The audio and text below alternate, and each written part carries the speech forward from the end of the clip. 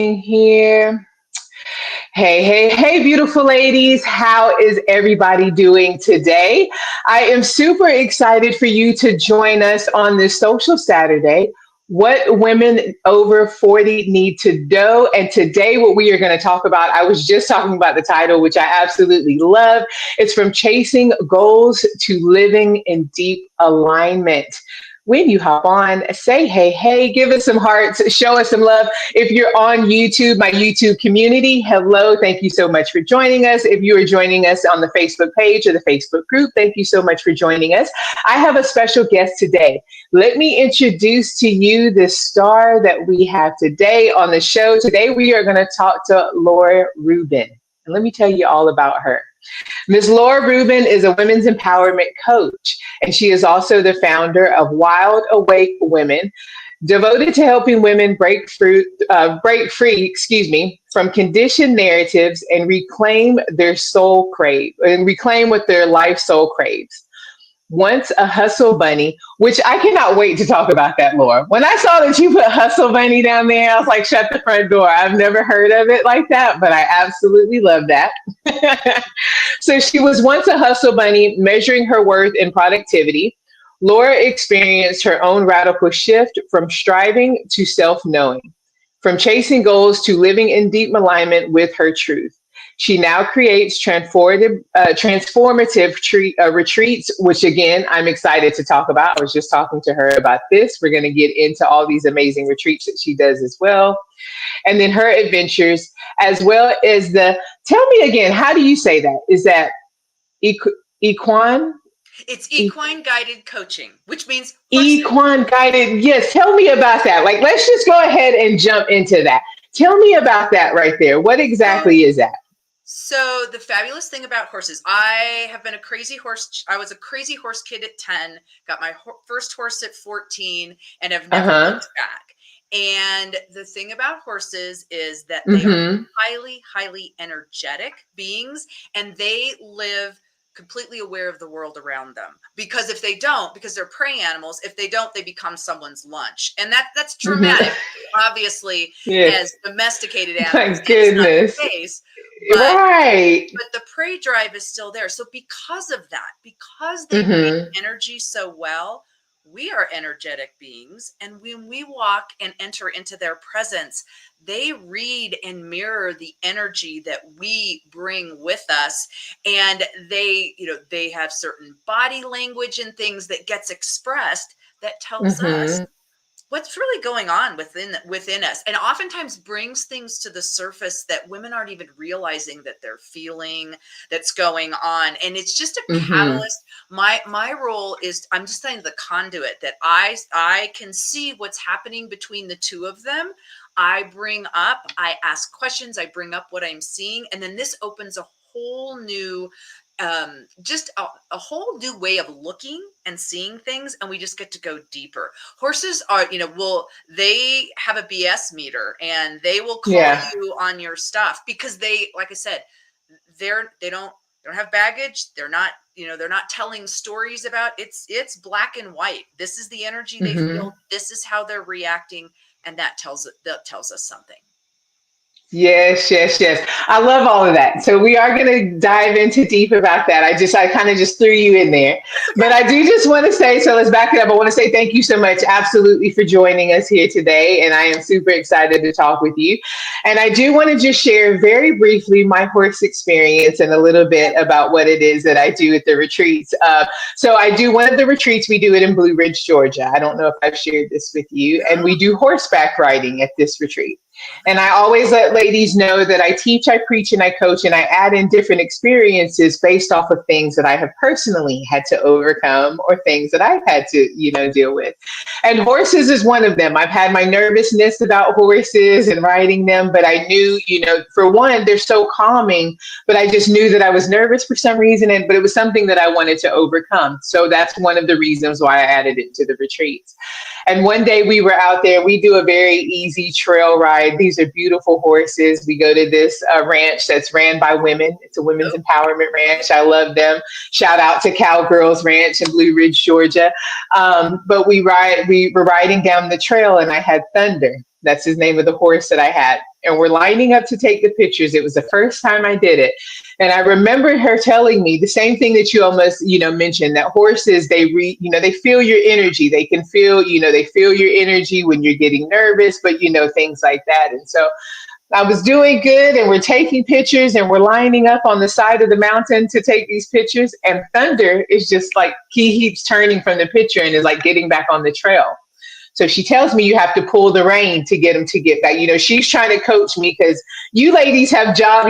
She was doing a great job. She's trying to coach me. She didn't want to get down off the horse. She was trying to coach me to do it myself. So she's like, pull the rein to pull him back to get him in line. And I felt myself starting getting nervous. And all I kept thinking was, oh, my Lanta, he's going to feel I'm getting nervous. I'm getting nervous.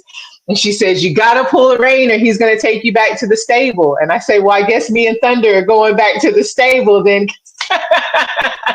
But I did. I got him back in line, and it made me feel good, and it calmed me down. And ever since then, that's the one that I want every time. So I just wanted to say that even though I felt the nervousness, for some reason, they just have a very calming presence about them as well, which I really did love that too. Yeah. So how did you, before you started doing this, tell me a little bit about your background and what it was that you did before you started doing all of this? So serial entrepreneur, I would do something for about 3 years, 4 years, then I go back to corporate, and then I get tired of corporate, or I'd lose my job, and then I go back to being an entrepreneur again, and I just kind of bounced around back and forth. I lost my job at 45, and that was the time at which I was like, that's it. I'm not. I need to decide what I want to do, because I realized at that point I'm hoping 50, maybe 55 years left, and I don't want to live them how I had been living them, which was just letting life happen to me and just kind of doing what I was good at, maybe not what lit me up, things like that. I was just basically letting life happen. I had handed over the reins of my life, we're talking speaking horse terms, to someone else, to society's rules, my parents' rules, conditioning. And at 45, I just had this mini awakening. Losing my job wasn't the end of the world. I had jumped in and out of things for so long, but it was finally like I was at a place that I was willing to look at this and go, this is not how I want to live. This is not what I want to be doing the second half of my life. Did I know what I wanted to do? Had no idea and no clue, because I had just been kind of following along, and I really hadn't taken the time to figure out what was important to me. So you would say, because I hear that a lot, as I hear ladies will say, I just don't know what it is that I want to do. And they feel like they have to have it figured out by a certain age, or it has to look like this. And then what I like to call this new season kind of hits them. Whether it is, and I say sometimes it's almost pushed out there. Sometimes we'll either lose the job, or the corporate goes under, or things just shift, and it kind of like puts what I call, it almost throws our path in our way. Like, okay, now it's time for you to kind of find what it is that you truly desire to do. So did you kind of feel a little bit of that? Were you already on the path of like, I know that there's something else I should be doing? Or tell me where you were at that point. So throughout that whole time period, there was always this little voice that was like, is this all there is? And I would like go, oh, I'm going to ignore that voice. I'm just not working hard enough. I'm not hustling hard enough. I didn't pick the right box to check. So I'm going to pick a different box and check that box. Yeah. Every time I did that, little voice, is this all there is? I ignored it. And then finally, at 45, lost the job. I always say, bucked off, life bucked me off, sitting in the middle of the path. I could go right or I could go left. Right was what I had known, what didn't light me up, but I was good at, and I knew I could get a job at. Left was uncertainty, unknown, scary, and also potential impossibility. So I chose the road. I literally made that decision, and so the decision was not made for me. I made it. I could have easily gone to the right, and I just at that point in my life said, enough, I'm going left. I don't have any idea what left is, but I'm going left. And I did. And so, yeah, it was, and I'd like to say that it was all roses and everything was great, but twists, turns, bumps, stops, starts, and life's a journey, but that's part of the deal. It is a journey, and it's okay. Absolutely. And that's what life is about. I tell people life is about living, and it's not, this is just my opinion. And I always tell people you can take it how you want. I truly don't believe life is supposed to just be lived one particular way, especially if you're not happy. I think just like you said, life is a journey. Life unfolds. Just something that lit you up at 35, at 45, you might not have any interest in, or at 45, once you hit 55, you're like, shut up, that doesn't interest me anymore, or whatever, vice versa, whatever the case may be. So, and another thing that I love that you're saying, it almost sounds like you're almost saying that you kind of hit this point where it was like, okay, I can either go left or I could go right to what it is that I already know, which I know I can go get another corporate job. I know that I can go and do these things, or I could take this left that's very scary, that I'm truly not too sure what it is that I'm going to do, but I'm going to figure it out along the way. And it almost sounds, in healing yourself, you've created this women's empowerment company, which I absolutely love because I can totally relate to that. So tell me more about that. So you took the left, you start doing these things, and what are these things you're doing? So the things that I will tell you, I took the left, and the first thing I did was I became a personal trainer. But here was the caveat on that. That was so different. I was working out at the time. I loved working out. I loved lifting weights. And I was working out with a personal trainer. He's like, you'd be really good at this. You should do it. So I did. 5 years in, I was like, oh, this is not it. Because guess what I had done? I had taken the advice of somebody else without going, yeah, I really want to do this. I mean, it was something that I enjoyed.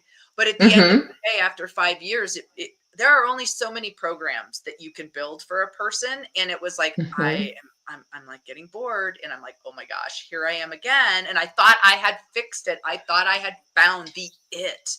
So at that point, I actually sat down and went, okay, what is it about this job that I like? What is it about this work that I like? And what I realized was that for 45 minutes, I got to sit and connect and have deep, meaningful conversations while lifting weights about these people's lives and what was going on.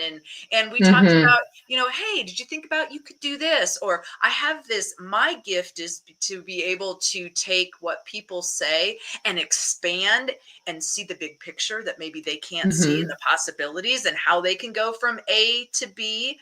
And I just absolutely love that. And so it was like, well, that's what I want to do more of. I want to do more of that. And also during that time period, I was also, what are my core values? If you had asked, like at 45, you asked me what my core values were, I could not have nailed those down. There would have been, I mean, I knew what I wanted to be kind of, and I knew how I wanted to show up, but core values, when you are really embodying and embracing them, then they determine all of your decisions. Your decisions become easy because you have this foundation.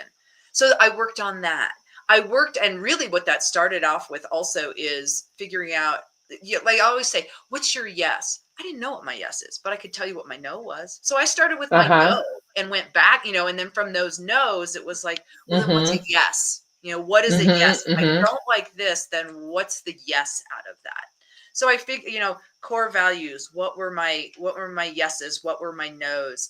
A lot of that. And then now at this age, so did a lot of self-development, and then realized that I don't need, that was still a form of reaching outside of myself to figure out who I was. And then I went inward. Now it's about self-knowing for me. It's all in here. It's just peeling back those layers, taking off the mask, dropping the cape, and going, who is this? Who is Laura in here? And again, that's part of the journey. So I love all of this. Yes, I definitely, and for those who do not know, for all of the guests that I talk to, I do not do any pre-interviews. I learn just as much about them as you are right now. And so I love just hearing this story because, again, it sounds like you were healing yourself. You're on your journey. You're trusting the path, and you're following what makes you feel good, which is one of the things that I talk about all the time, is following what makes you feel good. And I love that you said that, because I don't know if you know, but that was very similar to my story. I had hit 300 pounds, was at my heaviest weight, and healing that crazy as this sounds, ended up opening up a women's fitness studio. From the fitness studio, started coaching, then started speaking in the retreats. So I love that. So at this point, so were you seeing any clients? You started doing the self-development, you started working on yourself. Did you start seeing anybody else, or how did that transition present itself to you as far as coaching? So I realized along the path that I was not the only woman in midlife kind of Mm-hmm. reclaiming themselves. And I don't like to Mm-hmm. say it is finding ourselves, because we kind of lose ourselves. Sometimes they say, what's the word? That like we're redefining. No, we're not redefining ourselves. We are just Mm-hmm. finding ourselves in that Mm-hmm. point. And Mm-hmm. I realized that I was not the only one. And I also realized that no one was talking about it, especially Mm-hmm. women that were super successful on the outside. They were almost ashamed that why didn't they like their life? Everyone else looked at their life and was like, oh, you got a great life. I wish I had your Mm-hmm. life. Yeah. And internally, she's like, yeah, on the outside, I have a great life, but internally, something doesn't feel right. Again, it's the, is this all there It's is? yeah, on the inside, it's like, what the fudge, Yeah, right? You just yeah, scream, yeah. totally. But nobody wants to say that. They're almost ashamed Yeah. because they're like, I Mm-hmm. should love my life. I've got everything, Mm-hmm. nice car, nice bank account, great family, whatever that is. Um, but I realized I was not the only one. And so I just started opening the doors to women that were in the same place that I was, or going through the same thing, and just, Mm-hmm. helping them realize that, one, it's okay. Two, Yeah. you know, we're going to figure out the number one is the foundation. Who are you at your core? Let's figure out Mm-hmm. what you like, what you don't like, how you want to show up in the world. And then once Mm-hmm. you get that foundation, then decisions become easier. Mm-hmm. Mm-hmm. Absolutely. And as silly or maybe simple as it seems, what makes you happy? What brings you joy? What do you enjoy doing? You think that's a simple question, right? You think that, oh, yeah, we would be able to say, oh, I love to do Yes. art and I love to listen to music and I love to dance and I love to read these kind of books.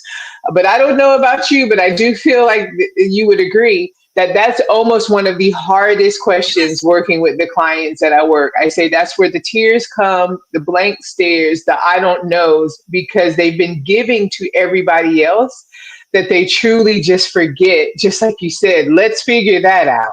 So What I makes don't, you happy? What brings you joy? nobody told me along the road of checking off the boxes that I got to decide. It was like Mm-hmm. high Mm, school, mm, college, marriage, children, career, career in there, all of that. And it's what's conditioned, it's what's modeled. And nowhere along the line did someone say, you don't have to go to college if you don't want. You don't have to mm-hmm. do this. We start following everyone else's rules and don't realize that they're not our rules. And then when we all of a sudden realize, oh, these are not my rules, but I don't know what my rules are. Like you said, what brings you joy? I remember thinking that and thinking, I'm not really sure. And that's scary. And Mm-hmm. it's also very Mm-hmm. sad and eye-opening. And also, the great part is now you're aware, now you get to figure it out. It's Right. never too late. Absolutely. That's what I say. That's where the empowerment comes in. Is now because you get to figure it out. You get to play with that. Now you're empowered to figure out what you do like.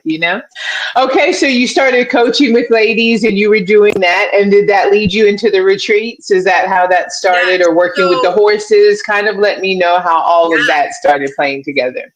So started coaching with women. Mm-hmm. So I had my horse side of me that I show. I love my horses. I have horses on my property. That's where I hold my retreats. And then Mm-hmm. I was doing the coaching. I was thumbing through a magazine. I think Cowboys and Indians. I don't know. Thumbing through some random magazine Yeah. in an airport, and came across an article about a woman who lived in Colorado, which is where I am, who did Mm-hmm. retreats with horses. And I was like, what? I can bring my love of horses and my love of coaching of women and bring them together. You've got to be kidding me. I had no idea. I'd never been exposed to that before. And so this woman had a retreat later in the summer. I signed up.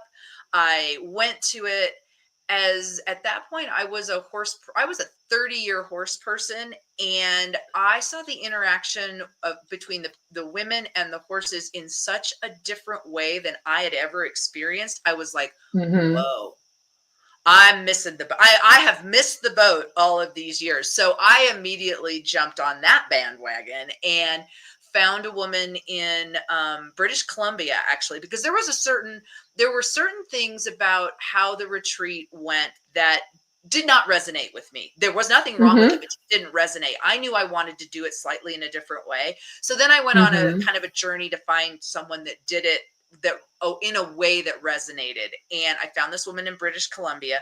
And the way that resonates with me is that the horses are all free. We walk Mm-hmm. into a pasture. No one is caught. No one is tied to the fence. No one is chosen to participate by us. They get to choose to participate. They get autonomy. They get agency. So we walk into the field with the 5 horses or 4 horses, and the right horse shows up for the right woman. And that's what I love. I am not dictating. Every horse has a different medicine, kind of like we have different personalities. The right horse Mm-hmm. shows up Mm-hmm. for the right person. And, I'm not choosing, because if I choose, I could miss. So, depending on how that woman walks into the field, the energy that they're carrying with them, the particular horse that they need will show up every time. It's absolutely fabulous.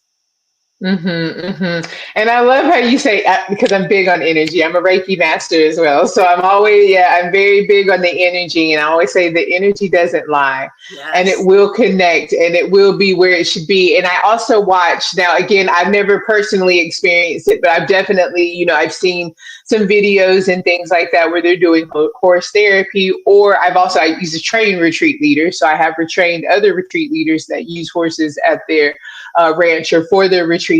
And I remember watching a video, and it was so beautiful. And I don't know where it was, but it was the same way. It sounds like what you're describing.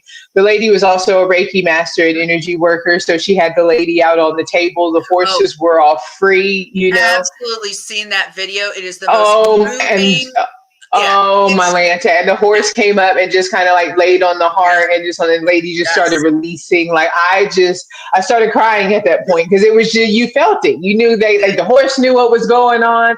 The lady needed it right at the moment. Yep. And I always tell people, there is many, because at my retreats, the focus of my retreats is releasing the things no longer serving you, anger, grief, doubt, resentment, all of those things you're ready to release and let go of.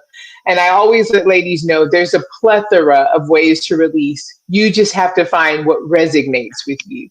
And so some ladies don't even know, like, this is a thing. Like, this is a thing to be able to go, I resonate. I love horses. I've loved animals, and I can go and do that. Like, again, I tell people all the time, I didn't know retreats, almost like you. I did one-on-one coaching. Got certified for coaching. I started traveling and doing speaking engagements because I love to speak. I love to talk. And somebody said, well, you should look into doing retreats. And I was like, that's a thing? Like, I didn't know it. And then here I am 8.5 years, so I tell ladies, they don't even know it's available. So the ladies that come to your retreats, how big are your retreats, first of all? How many So, ladies do you have at your yes. retreats? So for me, 6 to 8, because Okay. I personally like intimate. And when we are Mm-hmm. in with the horses for safety reasons. Now, if I have a larger group, we can Mm-hmm. do it in rotation and that kind of thing. But I really love the 6 to 8. I think the ladies get to know each other really well. It's a very safe environment to go out into the horses with all of us being there. And I just can really connect at a 6 to 8 number, and I absolutely adore it. We do a lot of work with the horses, but we do a lot of work Mm-hmm. outside, not outside with them, but we're not actually in with them, because it's just, their energy. I don't know. The land that I'm on is so sacred and has such an Mm-hmm. energy about it that for me, environment is super important for my retreats. And then, just all the little touches. So we're outside as much as possible, but we might only, Mm-hmm. the horse work itself is usually 2 hours in the morning and 2 hours in the afternoon. And depending on whether it's a 1 day or a 2.5 day, whatever we're doing. And I find that that's enough. It's pure energy work at that point. So two Mm-hmm. hours is Mm-hmm. everyone's pretty much complete at that point, both the horses and the women as well. Right, right. And that's what I was going to ask. So your retreats are about how long are your retreats? If So I do group and private 1 day and 2.5 hmm days. And I'm looking at expanding to going more. But right now, and then I also have like I would call it a teaser experience for an afternoon. Uh-huh. You can come out and spend time with the horses. Nice, nice. And tell me about more, just so we're clear for everybody that might be interested or is like, oh, this is something I might want to do. What type of women do you work with? The ladies that you work with, kind of give me the rundown of that. The majority of my women are midlife and over. Mm-hmm. Usually high achievers, very successful, have a good life, but they feel like something is missing.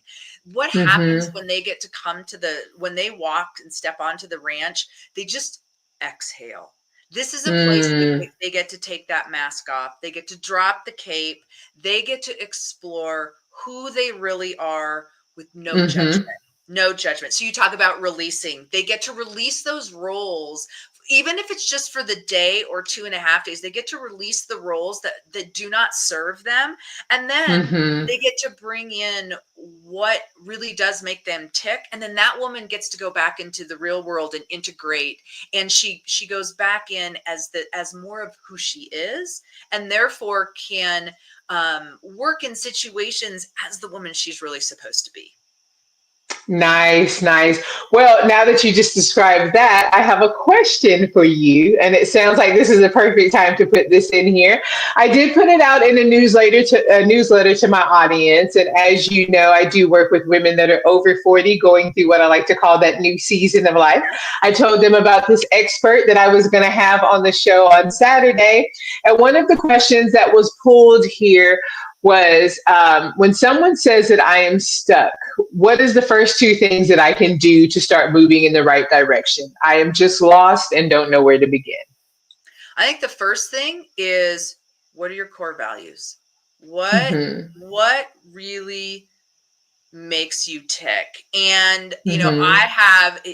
I actually have a core value worksheet that, if I can make available to your group, if you'd like, and it kind of Absolutely. walks through, Yes. because that is a daunting task. It's like, okay, figure out your Mm-hmm. core values. Oh my gosh, how do I do that? So Mm-hmm. what I have is, it's a list of probably 200 words that, are different, like joy, decision making, just different words that you can circle that Mm-hmm. resonate. And then you go back through all of those words and you group them into 5 categories. Yeah, how do they, kind of like joy and bliss and Mm-hmm. pleasure, they Mm-hmm. might all fall into one category. So you group those into 5 different categories. And then from each one of those categories, you're going to pick what word really stands out. And then Yeah. you're going to sit with those words. And then you're also going to define what those words mean to you, because joy Mm-hmm. to me could mean something different to you. Joy to you could Mm-hmm. mean something different. So then you're going to define those words for yourself, and then you're going to sit with that. And here's the thing also about core values is, those also can change as you age, as you're in different, you know, when I was 20, if I had figured out what my core values are versus when I'm 50, I can guarantee you Mm-hmm. my core values would be different. So it's okay that your core values change and move and flow over time. So you want to revisit those maybe once a year and see, does that core value still exist? But those core values now help you look at all, you can use that as the foundation to look at all areas of your life and figure out, is what piece of my core value is being met by this, what isn't being met Mm-hmm. by Mm-hmm. this. Now, you probably are never going to find, I shouldn't say never, but there are going to be times that you find a situation, a person, or whatever that doesn't fit all core values. That's okay. Right. That doesn't necessarily mean you need to throw them out or walk away, but decide, can, it's got enough of them that I'm willing to be okay that it's not 100% kind of thing, because Mm-hmm. life is never, doesn't always, you're not going to get 100% all of the time. Mm-hmm. So for me, like, my 4 things are ease, grace, joy, and flow. Do I eat? Uh-huh. Is it easeful? Do I get grace, joy, and flow? And then I put everything through those 4. But it's okay if it meets 2 and doesn't meet the other Right. 2. Then where can I find the other 2 somewhere else? Mm-hmm. Or is it just like, okay, it's not a good idea for me to go? And then the other Mm-hmm. thing that I would say, okay, so we started with core values, which is kind of a big chunk.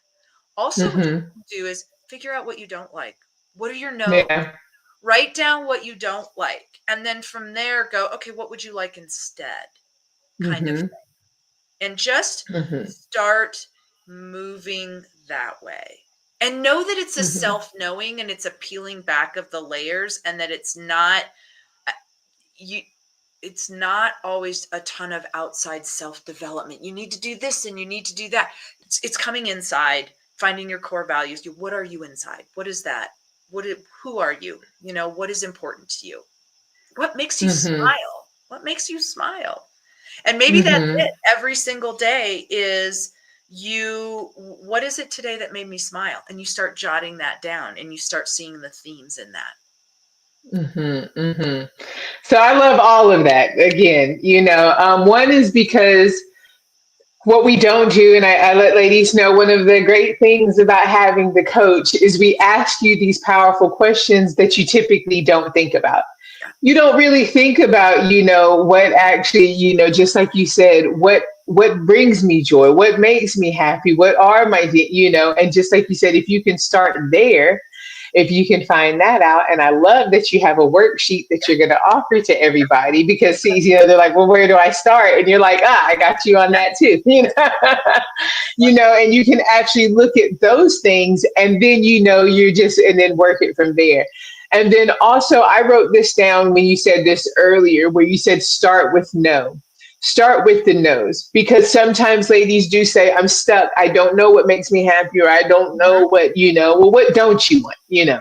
Then write those things down, because it's quick. For some reason, we can figure that I out know. very Listen, quickly, I was just going to say, isn't it interesting that, and I don't know what that is, but isn't it interesting that it's easy for us to figure out what we don't want? It's not necessarily Mm-hmm. easy to figure out what we do want.